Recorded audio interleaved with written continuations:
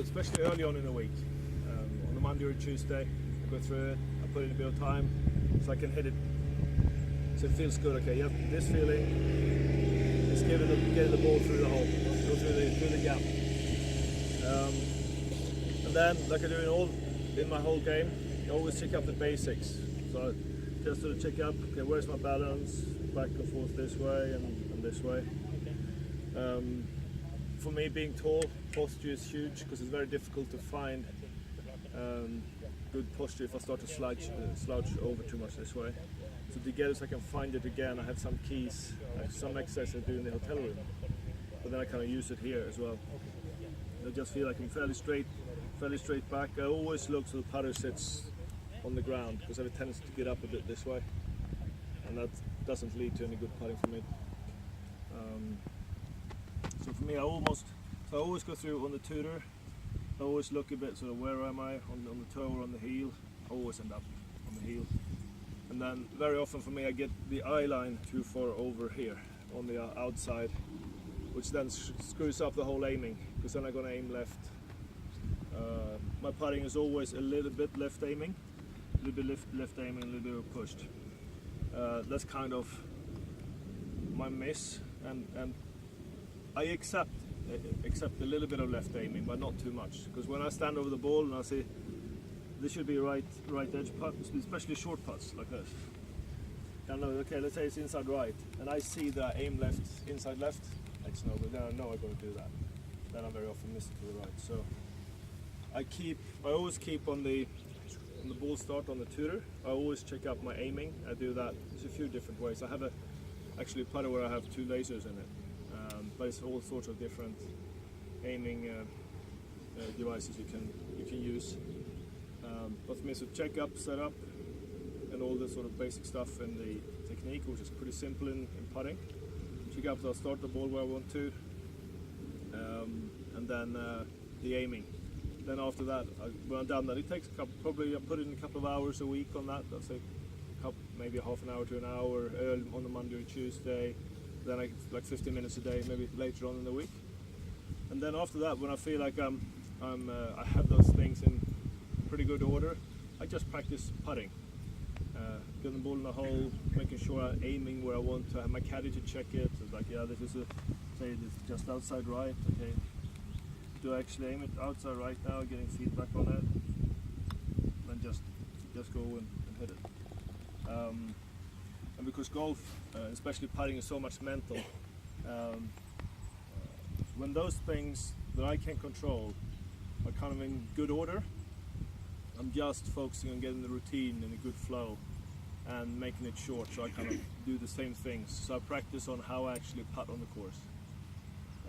So I stand on the ball, having a look, coming back, and then just go. So that's kind of my putting philosophy, to put it that way. And, I think most guys, one way or another, doing it fairly similar. And I know when I putt good, to create freedom for myself, I do a lot of short putting. Because it's easy to hit a 40-foot putt if I know I hold everything inside 6 foot. The hole gets a lot bigger. Because the big thing with putting is to make sure you don't 3-putt the long ones. You can't really, I think it's very, very difficult to over and over and over and over again hold them from 10 to 20 foot. Jordan Spieth is trying to prove me wrong, but in general it's a very, very difficult thing to do. But if you make sure you hold the short putts and give yourself pretty good long putts, the mid-range is usually pretty good. And I look upon the long game the same actually. If you get a good drive and you get a good flight with a wedge, you're usually okay with the 7-iron as well. So I'm trying to do the same in the long game. I check up my keys, set up, rhythm, grip pressure, basic stuff. And then I just check it. Can I hit a proper wedge? Yeah. Okay. I have good flight. Then I go in and I work on the distances for the wedges. And with the same technique, with the same feeling, or what I'm trying to do here, can I hit a good drive? Perfect. And I don't need, because I will get the middle line, the 6 irons and 7 irons. The time of that I will get anyway when I check up my basic stuff. So you end up hitting a lot of mid irons. So I don't really feel like I need to work work that much on the mid-irons anyway, and it's the same as those 20-foot putts. How good can I become with a 6-iron? Am I going to hit it stiff that often? Probably not. Can I do that for 50 yards? Yes, I can. So I put the bulk of my time and in the game is to short game and chipping and pitching and putting, and making sure I hit it straight off the tee and fairly long. It's kind of the same philosophy. So for the putting, I'm just sort of making sure I have the hands pretty parallel to each other, so I don't end up all over the shot. So I feel the hands are kind of that way. Have the same amount of pressure on both hands.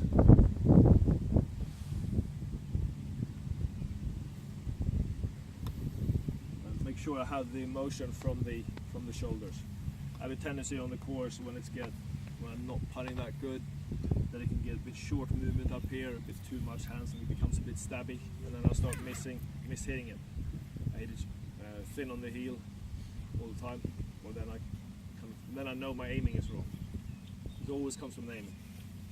So if I kind of have it too much left, then I go this way, and then it gets thin on the heel, or I just release it and hit it long into the left. So it's just a few pointers I kind of work on. Any questions? Any thoughts? I have a question. Nowadays you see a lot of players with alignment and putting a line on their balls. Yeah. What do you think about it? I have tried it, and for the alignment it gets so much better. But I'm standing up here and I wonder, I actually do the line correct, and I kind of lose the feeling. For me it becomes a bit too rigid. Yeah. It is just... feeling is so important, huh? Again, it's like, is this actually correct? And I mean, if this is just a degree or so out, I'm going to aim wrong anyway. And at the end of the day, I don't want to stand and worry about this. And again, with my little bit of left aiming, if I see it this way, I know I'm going to miss it. Or I have to adjust it somehow. So it's just, it just didn't do it better for me. But when we do a strict aiming test with an alignment, line on the ball, my aiming was much better. Okay. But because I aimed it enough to push it, I missed everything to the right. So it's not for everyone, I think. And again, it slows up the game so much. So good. So when I'm over it, I just decided I'd take some sort of intermediate target here. Then I know, okay, yeah, that's on that one. Then I just want to focus on making a proper stroke and hit the ball solidly. So I'm not trying to make it too complicated. It's more of just rolling it on the line that I selected. Anything else? What are you thinking about during the stroke? Nothing. And that always works? The other thing does not work. I'll try that. That doesn't work. Well, if anything, I'm just trying. When I stand over the ball, I decide, okay, what is the speed I'm going to use? Like, okay, yeah, that's the speed. Okay, if that's the speed, I'm just trying to do the same thing. Again, same thing. So it's better to think as little as possible. You definitely not over the ball. That's way too late. So it's just trying to clear the mind as much as possible. I know that Roberts, when he's looking down on the ball, he's almost zooming out a bit. It looks a bit blurry.